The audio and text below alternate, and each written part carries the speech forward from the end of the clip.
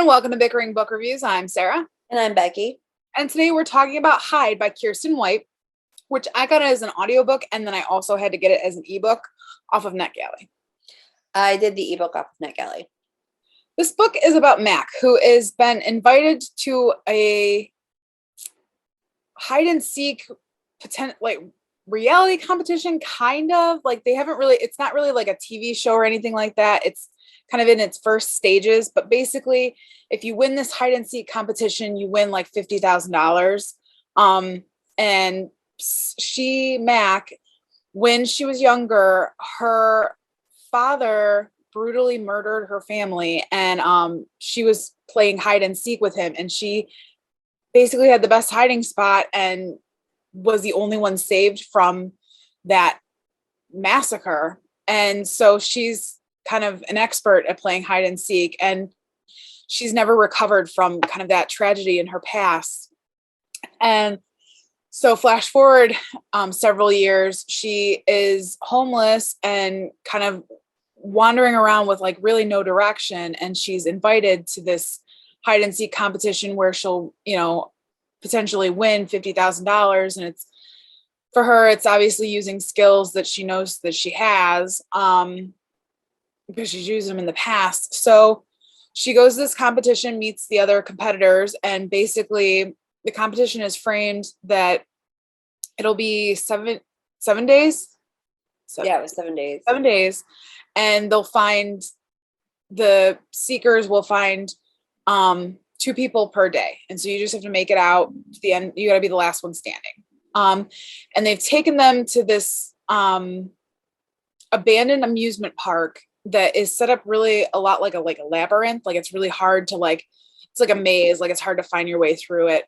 And so basically Mac is hiding. Is hiding in this competition and following the competition. And it seems like things are a little bit more sketchy than she first realized. And things may be a little bit more deadly than she realized. And yeah, that's basically all you need to know about this book. I'm trying really hard not to do spoilers because I feel like it's hard. Like this book is hard not to talk about the spoilers. Well, I mean, I think it's fair to say that people start dying. I mean, it's like a horror book. It's horror. My problem is like the first chapter was amazing and then it lost me. There are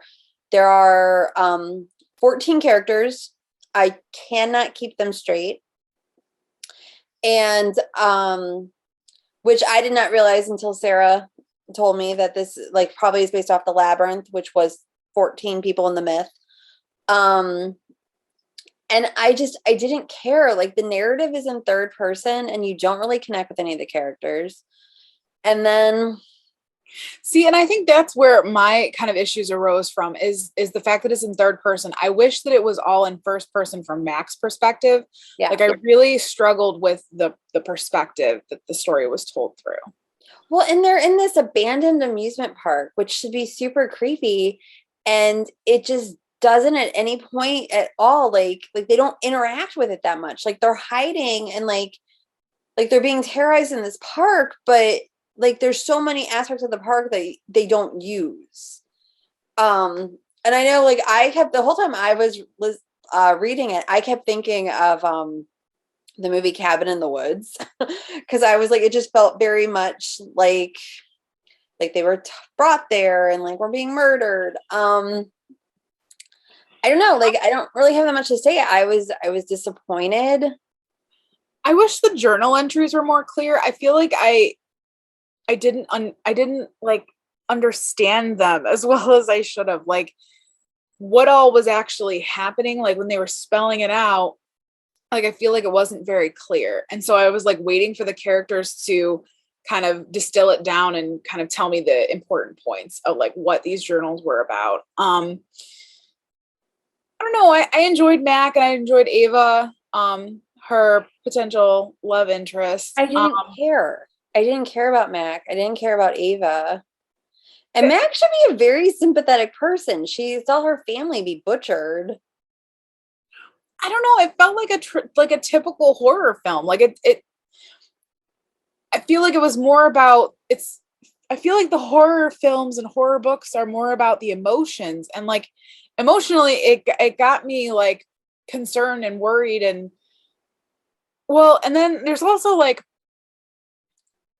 I struggle with anxiety, and hide and seek always messes with my anxiety. And so like the idea of playing hide and seek in this arena like just shoots my anxiety over the top. And so like, yeah. See, I would have rather if it had been a book about a group of people taken to the amusement park to play hide and seek and then somebody was killing them than what it was. Like, honestly, I was like, you know what? A book about a massive hide and seek game is actually kind of cool. And that's not what happened in this book. Like, I like horror movies, but I feel like with the horror movie, like, you have to have something that like makes you stand out. You almost need to like either have to be a slasher where like just everybody like where it's like just burn everything down, or it has to have like a level of charm, and this did not have either for me. I don't know. I thought it got my adrenaline going at certain points. I think I enjoyed it. You're right. It was hard to keep track of all of the characters. But I did enjoy Mac and I did enjoy Ava. I just wish I understood the backstory better. I just wish it was more clear. But I think we're at the point. Oh, go ahead. The backstory came out of nowhere too. Like all of a sudden, like there's this journal that tells everybody everything. Right. I don't know. I don't know. I think we're at the point where we need to rate it. So our rating scale goes from 5 unicorns down to 2 unicorns. If we don't like it, it doesn't get a horn. It is therefore a horse. Where are you? I'm at a 2. I didn't care. It was what it was. I'm at a 3. I mean, I think I'm gonna recommend this to people. Like I thought it moved forward for me. I was invested in the story. I got through it very quickly. I thought it was what I expected. The other thing is, like, we were sent an email about this book from Random House. I don't think I got that it was an adult book. It's an adult book? They're all adults. That's true, but I guess I assumed it was teen. No, it's an adult book. They're all adults. Oh, then this is not going to work in the adult arena. This is a teen book. But the characters aren't accessible for teens. You're right. You're right. That completely changes everything. Yeah. You didn't get that. See, you didn't get that it was an adult book? No. You know what? Honestly, it is Welcome to the Dark House by Stollarts, but without the charm and the actual, because it's basically the exact same story. They're all lured to a house, but that was an accessible teen horror. No, this isn't. I'm 99% sure this is an adult book. Wow. Yeah. Wow. Like now I want to like look on her website and see like, you're right. It's in her adult collection. Like you're right. Like adults are not going to like this book. And teens aren't going to like it because it's not accessible. Well, now my rating has to change to it too. Yeah. Seriously, when you frame it like that, like it completely changes everything. Yeah, no, it's an adult book. The characters aren't developed enough to be in an adult book. And they're not, it doesn't have that what teens connect with. So I guess that is where we're at on Hyde. Yeah. Look at that reframing. Yeah. All right. We'll see you around. Bye. Bye.